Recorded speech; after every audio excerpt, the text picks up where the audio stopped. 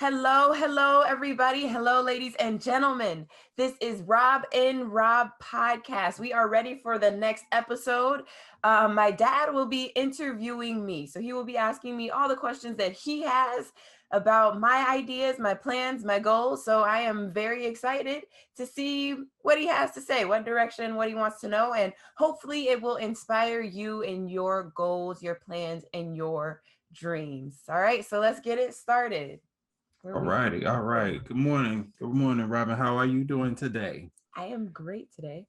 All right. Well, I got some interesting questions to ask you about, the how you wanted to get started and how you get started. So, let's just go ahead and dig right into it. Okay. Now, if everybody has a dream, everybody have a plan and vision and things they want to do, but it all starts with their passion. So let me ask you a question. Let's talk about your passion. What is your passion? My passion. It's a great question. Great question. And you know what? With answering that question, I feel like you know, there's more than one thing you can be passionate about. So it's not just saying like, oh, I have this one passion and that's the end all be all. I have a lot of things I'm passionate about, but I feel like one thing that's kind of recurring as far as professional passion goes is often cultural studies, international studies, languages, and kind of interpersonal studies and connections and stuff like that. So, to put in like simpler words, I studied international relations for school, international studies at American Mhm. University, Washington, D.C. And so that's a lot of what I'm passionate about. So it revolves around those studies and languages and people and intercultural studies and stuff like that. Okay, well, how did your studies turn into a passion? How did it become a passion for you? What made you passionate about those studies? So I would say my passion turned into my studies. I was always passionate about it. I was passionate about it first. I would say. I would say like, um, because I've been learning like a second language since I was a kid, right? Since I was like pre-K, like K4 kindergarten, at 4 years old. So I remember being at like the preschool I was at, Purple Panda, and I remember like, my mom's like, "All right, you're not going to Purple Panda anymore. Now you have to go to school. You're going to K4." And it was, a Spanish immersive Spanish language school, bilingual school. And so I just, as a kid, I remember like, being very vividly remembering like I don't get to go to the place that I love that I'm used to, um, and then having to like get used to going to this other place and like, I don't know how I remember that so much, but I just remember like, at first being uncomfortable going to a new place. But yeah, so learning that new language at such a young age, and then kind of wanting to get better at it and learn more of it. I remember learning how to read Spanish like by the first grade and being like, wow, I'm not that good at this.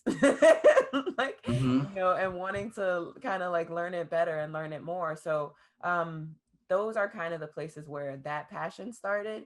And then also like being from one place, but also growing up in another place. So being from Gary, but also growing up in like a school where I might be the only black person in the classroom. So being from Gary and being with my family, relating to my family, relating to our culture at home, like, that's where home was for me. But also going to school and being with friends who don't really know that culture or relate to it directly as much. So, kind of also being very aware of those cultures in juxtaposition, um, side by side, and loving both of them and being one person. So, yeah, so my passion started long before my studies started, but the studies just put it into a single word or phrase. Okay, so what are some of the things that you learned about those other cultures that made you so interested? Um, it's less that I learned about the cultures than it is that I saw what it did with the people when you either understand their language or uh connect to a just like a key point of their culture.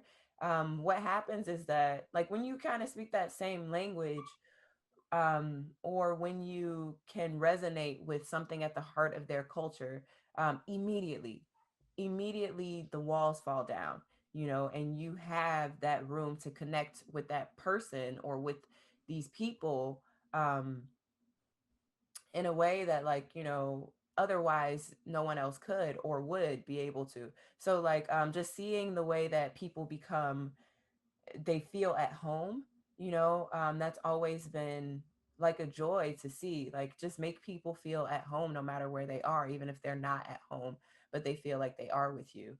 And that's always been something pretty impactful.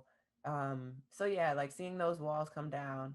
And When you say those walls come down, what are those walls? Are you talking about the barriers from understanding from one language to another language? And you said about connecting. So is about that Mhm. is the barrier or the walls that's coming down? So what are those walls? So, I mean, I feel like we all have like walls in the sense when we first meet people. But Mhm. when we feel like people understand us, whether it's through, oftentimes language carries that. So, a lot of people connect it with your language, but there are other things that, show that people have that like show like, oh, you get it, or like, oh, you see where I'm coming from, or like, oh, you feel me. And so, but language is like a big one, and language is probably the easiest example to pull. But a lot Can of you give time, me yeah, can you give me like an example? with language or just in general. Just like you said, when those walls come down, give me an example, a story, a small story of a situation that you had where you actually the wall came down. Um, it's it's not, and I don't mean it to say like people have like these strong walls or barriers, but it can be like simple things. Like when you first meet somebody, you're kind of like more careful until you figure out who they are, what their sense of humor might be like, or something like that. But then once you kind of understand where they are and they understand you, then like a friendship can grow easier or things like that. So not to say like they are strong barriers or walls, they can be, but a concrete example of kind of just I would say like a language barrier. I remember, and this one was kind of good, this one was kind of fun, but there was, when I worked at the dental office, we had a patient, and she was Japanese, and I remember checking her out. So I had her debit card, and I'm like checking her out or whatever. I was like using her debit card, and our swipe didn't work on our machine, so I had to like type in everything. So I noticed she had some characters on her card, and I read them, and I was just like, just typing in the transaction or whatever, and then I finished the process and I gave her card back, and I was like, you have your PIN number on your card. And she looked at me and she was like, oh, you know how to read Japanese. And I was like, yeah. Like, but she was really surprised, but it was kind of like, but like immediately, like there was, it was just like a connection there. It was almost like, she felt different, and it's something subtle, but it's about how, for me, it's about how a person feels, just making a person feel more comfortable, being themselves. Did she have an American credit card or was that like a Japanese credit card? I think it was her American card. It was an American card, but she had her numbers written on there Yeah, in she just had her Japanese. numbers written on Oh, there for us okay. to remember. Okay. And then you read the letters and Yeah, I you read it read, back to like, her. I could read it. It was like, I don't know, like let's say it's like ichi ni san shi, like 1 2 3 4, right? But she Mhm. had it written there, and so when I was doing the transaction, I had just read it, I was, because I noticed, I was like, oh, there's writing on here, and I just happened to read it, and I didn't say anything, but I was just like, ichi ni san shi. blah blah blah. Do you remember the expression on her face when she saw it? When you read it? Yeah, it was just kind of funny because I mean, because I didn't say anything in Japanese. I was just like, "Oh, you have your PIN number on your card," and so like instantly she realized she's like, "Oh, you just read this." She was like, "I do have it written. It's in Japanese, so you read it in Japanese, and you know those are numbers." And you realize, like, like it was like her kind of like putting it together, like that. I Okay. understood and I knew, what was going on because Did she that laugh or did she manifested smile or did she have a the like? the Oh, I'm language. sorry. Go ahead. She had, I vaguely remember, but I think she did like laugh, like she did kind of like smile, but just kind of seeing how, you know, her reaction was like, but yeah, it just, I feel like it makes a person feel more connected, like with you, and like makes a person feel more, just like more comfortable in with themselves or like more at home, so I just I really love that. Sounds like it was kind of like she wasn't expecting you to understand that. Like it was not just even an expectation. It's just she kind of knew, and she's probably used to it that nobody knows what that meant. Yeah, absolutely. And I feel like, that's what happens a lot. We're used Mhm. to, sometimes people might be used to other people not understanding them. And, Yeah. and I mean, again, not just only language, but when someone understands you, on a level, like on a level that you don't otherwise expect or normally expect or experience, and someone does that, it's a pretty, I feel like, when you've seen people react like that, Okay. it's kind of comforting because they took that extra mile. Okay. So your interest and your passion to clarify is like international relations, right? Yeah, just in short. Okay. Yeah. So give me like just a quick 10-second thing of what is international relations, just for people who really just don't understand. Okay. So international relations is just the kind of official term for the study of, um, relations between like different countries. So international relations, the connotation that goes with it might have a lot of either government work or development work, or it could be NGO, which is non-governmental work. With You could work with nonprofits. It could also have, a business or international business tie to it. Usually that's separated into a different category and it is called international business, but it could also work with that international trade, things like that. All right. So that's just basically being able to be able to the communication. International communications is a separate thing, but international relations, I would say it often has to do with governmental or, nonprofit kind of side of it, but not necessarily, not always. And then it will also touch on history. It'll touch on geography. It'll touch on language, and then, it'll touch on. Oh man, I was just thinking of something I forgot, but, history, geography, language, and then like social issues and stuff like that. Okay. All right. Now, how did you figure out that you was passionate about that? Um, Like, like I what was that light bulb moment that says, okay, this is what I want to do? The light bulb moment. Yeah, that's a great question. So for me in high school, and I was probably about, maybe I was 17 years old. I had to start applying to colleges, and, at this time, I was this time this was I was preparing to go to Germany. I knew I was passionate about languages. I knew I was passionate about cultures. I knew I was good with people. Um, and again, I enjoy the opportunity to be able to connect people, um, of different backgrounds and different cultures. And so I knew those things were important to me. So I was kind of like I still don't know what I want to do. Like I still don't know exactly what I want to study, and I don't want to study something that like might not be useful to me later. Um, so I'm pretty sure I prayed. I was like, all right, God, like, what do you like? How do I figure out what I want to study? What do I want to? What should I study? Pretty much, right? Like, what should I study? How do I figure this out? And as somehow, I realized that international relations was an option. I found some schools that were good at it, that were like well known for it. Applied to a few schools, and I think I knew I wanted to be in Washington D.C. All right, what inspires you most about the field? Yeah, like pretty much everything I've said already, but seeing seeing people be able to connect or feel at home. Seeing people be able to connect or feel at home.